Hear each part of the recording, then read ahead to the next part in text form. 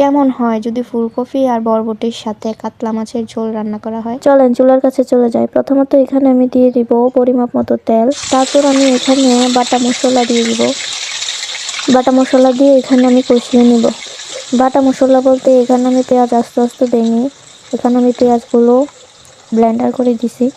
তো এখানে পেঁয়াজ বাটা দিয়ে দিলাম। তারপর আমি এখানে রসুন বাটা দিয়ে দিব। তারপর আমি আবারও মিক্স করে নিব।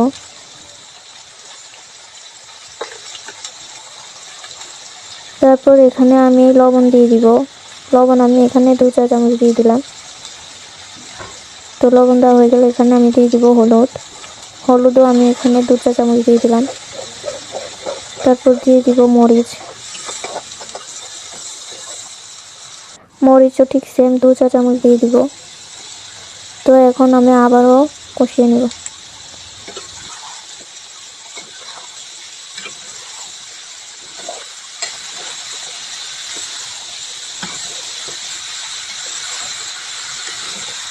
তো এখন আমি মশলাটা ভালোভাবে কষিয়ে সবগুলো সবজি দিয়ে দিব।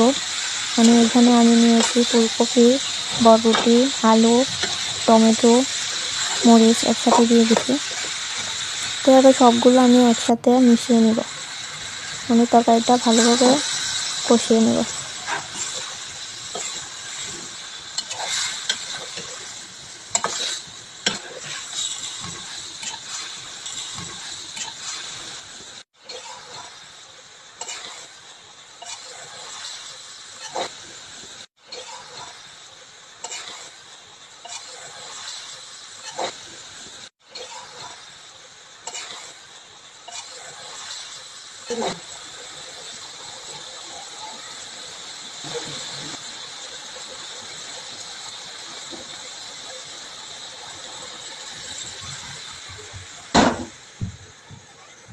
তো এখানে কষিয়ে নেওয়া হয়ে গেলে আমি এখানে 3টা জলপাই ছিল, 3টা জলপাই দিয়ে দিলাম।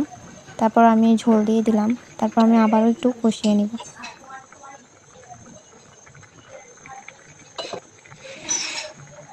তারপর এখানে আমি মাছগুলো আগে থেকে ভেজে রেখেছি, মাছগুলো ছেড়ে দিব।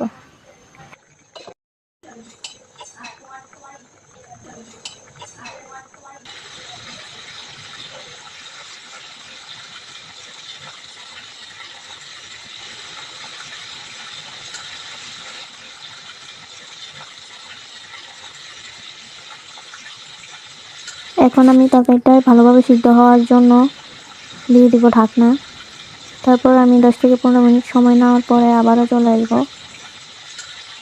এখানে আমি দিয়ে দিব ধনিয়া পাতা। ধনিয়া পাতা দেওয়া হয়ে গেল আর আমার রান্না কমপ্লিট হয়ে গেল। তো আমার মতো সহজভাবে এভাবে বাসায় রেসিপিটা করে দেখবেন।